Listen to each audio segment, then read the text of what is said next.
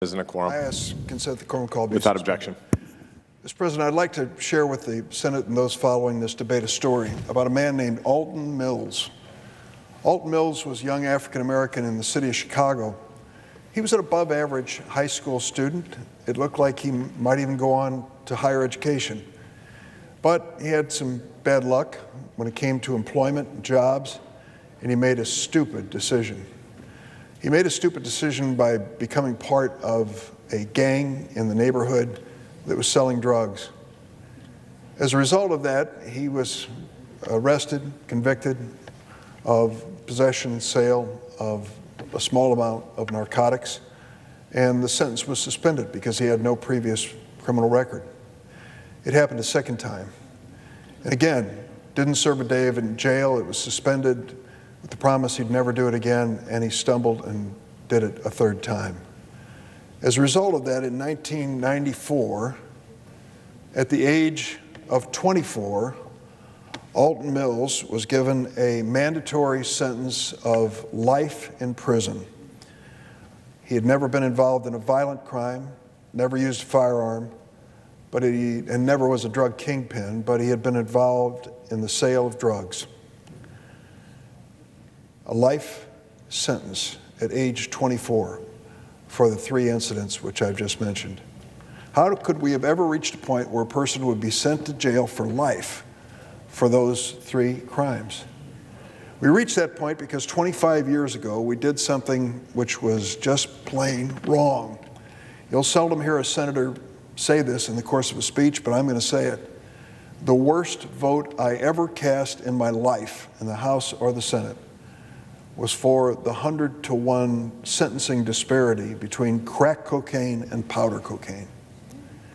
In other words, if you took the same amount of cocaine and it was in a powder form sitting next to the same amount of cocaine in a crystallized form that could be smoked, and you were arrested for possession of one or the other, the sentence for crack cocaine was 100 times what it was for powder cocaine. Why did we do that?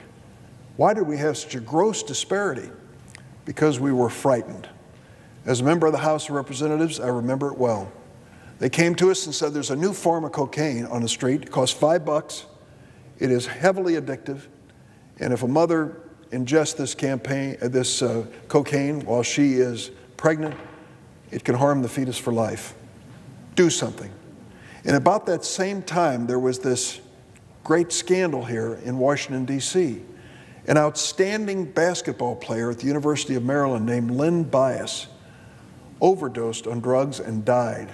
People were talking about his career in the NBA and this great talent, and he was dead. It had nothing to do with crack cocaine, but it was part of the environment and part of the overreaction that took place among politicians in Washington. I was one of them. I voted for that 100-to-1 disparity, saying we've got to send a hard, tough message right now. We did. 100-to-1. It didn't have any measurable impact on drug sales in the United States, but it had a measurable impact on the number of people who were incarcerated in the United States and the length of their incarceration. Those votes, the votes that I cast, and many like me, on both sides of the aisle, resulted in mandatory sentences for people like Alton Mills. A life sentence. A life sentence.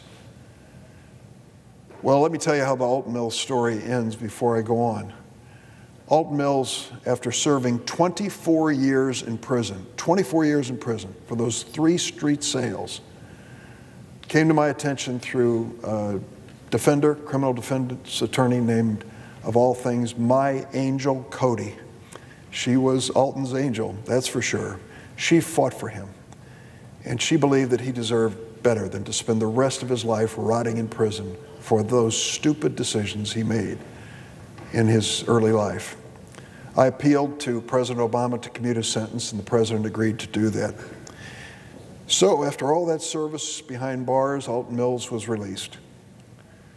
What's he doing today? He's a mechanic at the Chicago Transit Authority. He repairs the buses that I ride on. He got married. He's now working with his daughter and his new grandchild. He's contributing to society. He's a community college student where he's pursuing an associate's degree. Finally, his life's on the right track. If he hadn't received a pardon, Alton Mills would have died in prison because of our existing federal sentencing laws.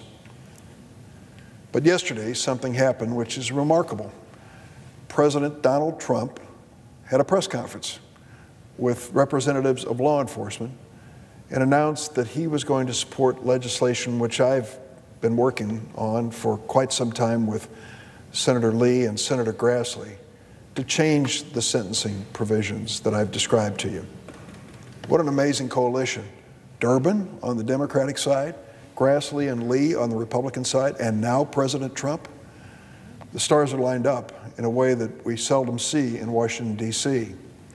And what we're going to set out to do with this bill, if we can pass it in the closing weeks of this session, is to give a chance to thousands of people still serving sentences for nonviolent offenses involving crack cocaine under the old 100-to-1 ruling, to give them a chance to petition individually, not as a group, petition individually to the court for a reduction in their sentencing. I've been through this. It's not easy. They have to go right back to the U.S. Attorney's Office that prosecuted them to get the thumbs up and approval to go forward. Many times they turn to victims, if there are victims in the crime, before any decision is made. They turn to the judges, particularly those sentencing judges who are still on the bench, and if they clear all those hurdles, they have a chance for a reduction in their sentence. Senator Grassley and I are about to introduce legislation that President Trump endorsed yesterday, and we'll begin working to build bipartisan support to pass it before we leave. Congress needs to pass this legislation. We have a different drug crisis facing us today. It isn't crack cocaine anymore. It's an opioid epidemic. It's a fentanyl epidemic. It's the deadliest drug epidemic that we've ever faced. And we have a totally different view of drugs than we did when Alton Mills was sentenced. In those days, most of the defendants were people of color, primarily African Americans. But today, this opioid epidemic has gone far beyond the hood. It's gone far beyond the inner city. It affects suburbs, even the wealthiest of suburbs, and towns, rural towns, no matter how small they are. And people are starting to think anew about what to do with drug addiction. Is our goal to put people in prison for drug addiction, or our goal to end the addiction? We know that some cases, those who go to prison won't use again. Many times they do. We know if people go successfully through treatment, they may be spared the addiction, and it may save their lives. We're coming of age when it comes to drugs in America. What we've tried to do with this bill is also take into consideration criminal defendants who meet certain criteria, limited criteria, drug offenses, which is the #1 prosecution offense in our federal system. Drug offenders who are not kingpins, they're not the bosses, they're not involved in any violence in the crime, and there's no gun involved, and they are willing to cooperate with the government in closing down the drug operation. If they meet all those criteria, we say that the court can take that into consideration in sentencing. I think that's a good thing. I think in Alton Mills' situation, it would have resulted in a much, much different sentence than what he currently, or what he faced before the commutation by President Obama. We also want to make certain that in the future, those who were sentenced under the old 100-to-1 disparity, as I mentioned earlier, could petition the government for a reconsideration of their sentencing on an individual basis. No guarantee that they'll be released, but the opportunity to petition in those situations. I think this is a step in the right direction. Let me say that the bill also contains provisions which I think are extraordinary when it comes to prison reform. What are we going to do with all these people? Most of them who are in prison are coming out someday. Will they come out to commit another crime, create another victim? That would be a failure of the system completely. So 2 senators, one Republican, Senator John Cornyn of Texas, one Democrat, Senator Sheldon Whitehouse of Rhode Island, came together with a prison reform bill that's already passed the House with 386 votes. We've improved it some in the Senate, but it basically gives to those who are in prison an incentive to develop skills and training and education levels that will serve them when they leave to reduce recidivism and reduce the commission of crime in the future. I think that is humane, it's sensible, and it says to those who truly want to turn their lives around, we're going to give you a chance to prove it. Prove it with your actions, and we'll give you a chance to be released earlier and to have a chance to go into society in a positive way. We brought these two together, criminal sentencing and prison reform, and it doesn't happen very often around here. The last time we had any measurable impact on the subject was 8 years ago. It was 8 years ago when I introduced my first bill on criminal sentencing reform. And I think that bill, which incidentally I co-sponsored with former Senator Jeff Sessions, I think that bill worked. It gave the individuals an opportunity to petition for early release. And in many cases, it saved their lives and gave them a chance. We're back. We're back with a bipartisan bill. It's called the First Step Bill. And this bill, I think, deserves our consideration in the United States Senate as quickly as possible. You see this empty Senate floor? This is a place to do business.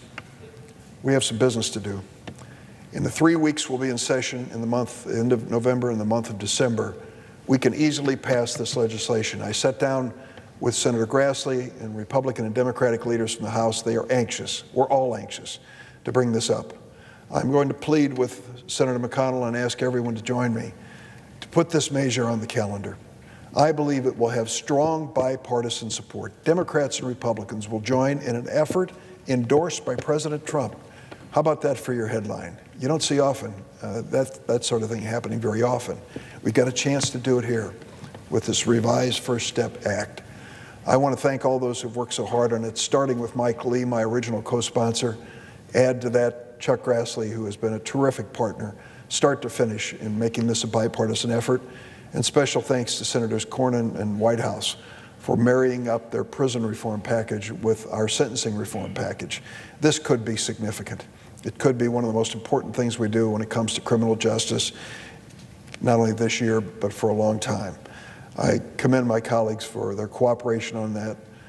And that front, I hope we can get this job done in the closing weeks of this session. Mr. President, I yield the floor.